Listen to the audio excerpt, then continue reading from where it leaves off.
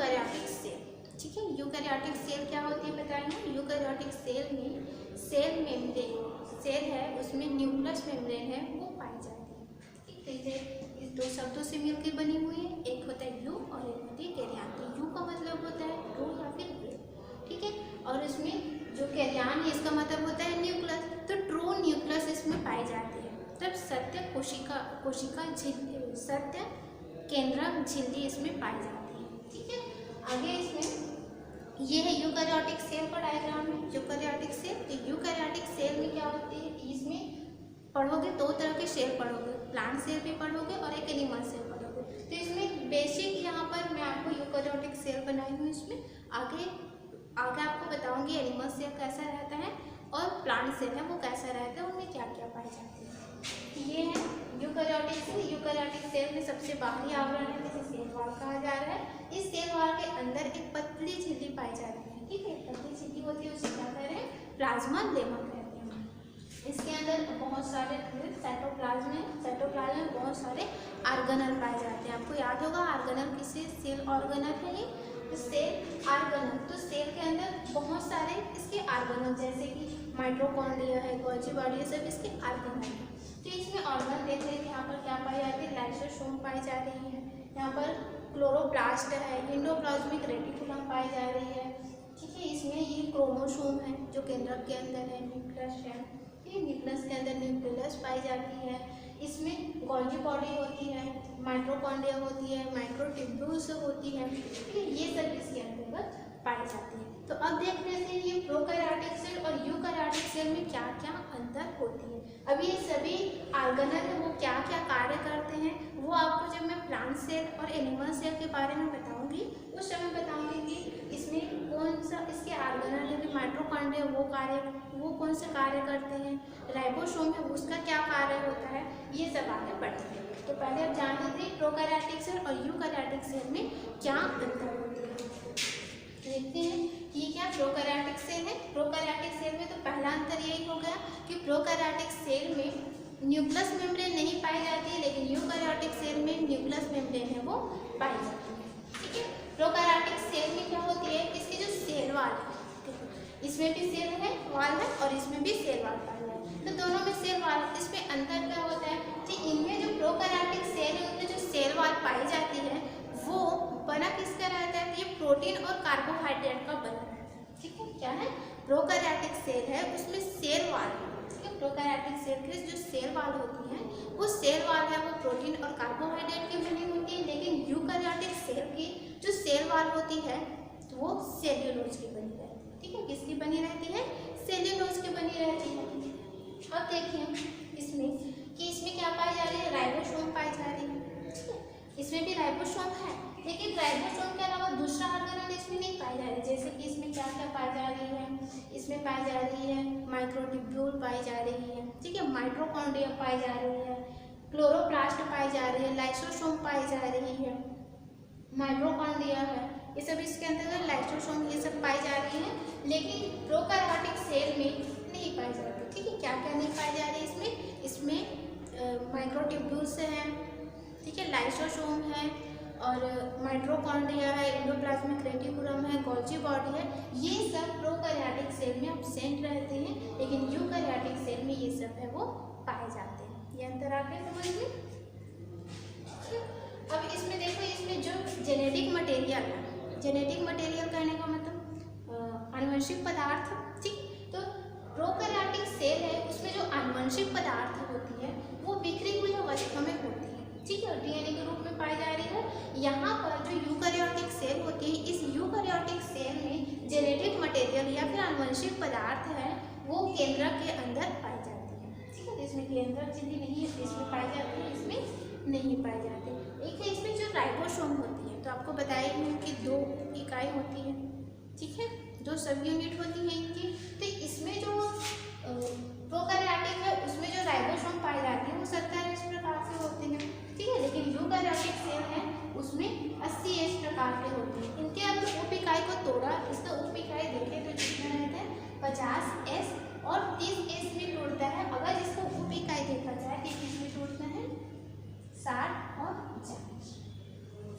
ठीक है, उप इकाई में टूटते हैं। ये अंतर है दोनों में कि इसमें राइबोसोम में कौन से प्रकार का 70 प्रकार का होता है, लेकिन यूकैरियोटिक सेल में जो राइबोसोम पाई जा रही है वो कैसा रहता है, 80 प्रकार की होती है। ठीक है, तो आपको ये अंतर समझ में आ गया होगा। आप चाहो तो इसका स्क्रीनशॉट ले सकते हैं। आगे फिर चर्चा करेंगे प्रोकैरियोटिक सेल में प्लांट सेल और एनिमल सेल।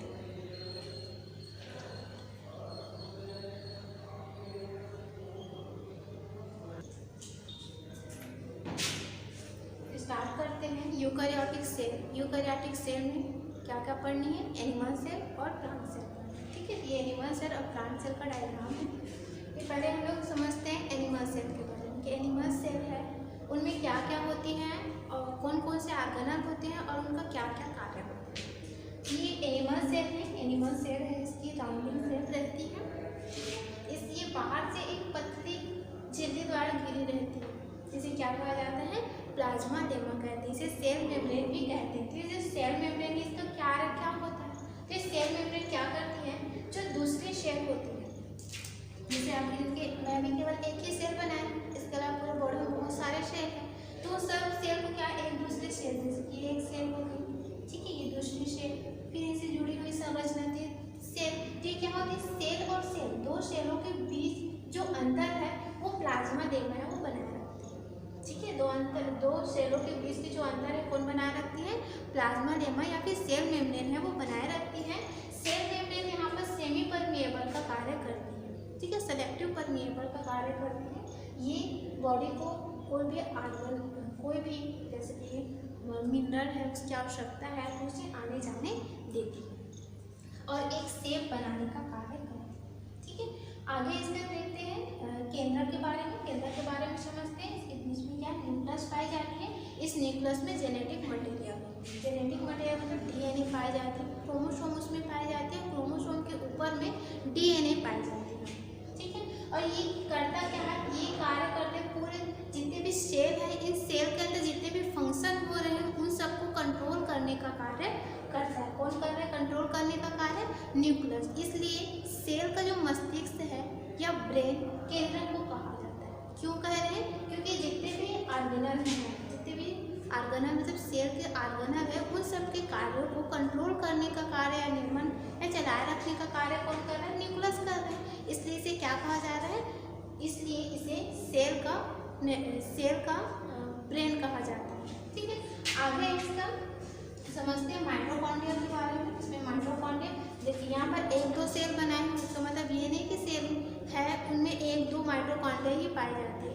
सब सेल में उसके कार्य के अनुसार उसमें जो माइटोकॉन्ड्रिया वो अलग अलग संख्या में पाई जाती है। ये माइटोकॉन्ड्रिया का क्या कार्य होता है, तो ये माइटोकॉन्ड्रिया वो क्या करता है, ऊर्जा उसे संचित करके रखता है। किससे संचित करके रखता है, तो एटीपी के रूप में ये ऊर्जा को संचित करके रखता है। इसलिए इसे एनर्जी का मतलब ऊर्जा का पावर हाउस कहा जाता है। ठीक है, आगे है इसमें है साइटोप्लाज्म। साइटोप्लाज्म में ये पूरे एक द्रव मटेरियल है जिसमें कार्बोहाइड्रेट है, प्रोटीन है, ये सब इसके अंतर्गत पाए जाते हैं।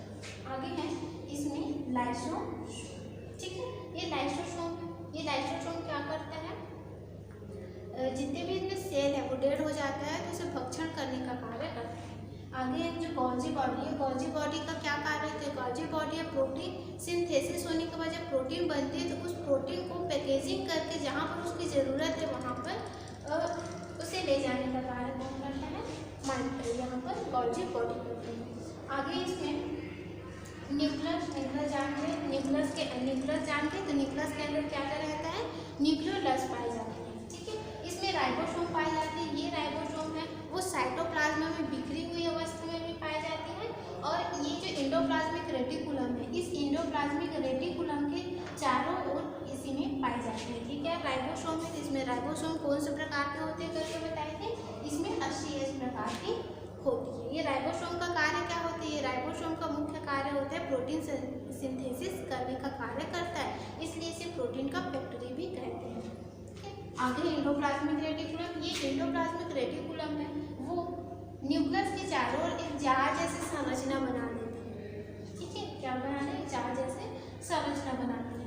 इसमें पाई जाती है सेंट्रोसोम पाई जाती है। है, क्या पाई जा रही है, सेंट्रोसोम पाई जाती है। सेंट्रोसोम का मुख्य कार्य होती है सेल डिवीजन करना, ठीक है, कोशिका है उसका विभाजित करने का कार्य कौन करता है, सेंट्रोसोम करते हैं। ये आगे होगा समझ में, ठीक। अभी एक बार ये जान लेते हैं लाइसोसोम के बाद फिर से सुनते हैं लाइसोसोम का क्या कार्य। अब देखिए यहाँ पर क्या पाई जा रही है, माइटोकॉन्ड्रिया पाई जा रही है, ठीक है।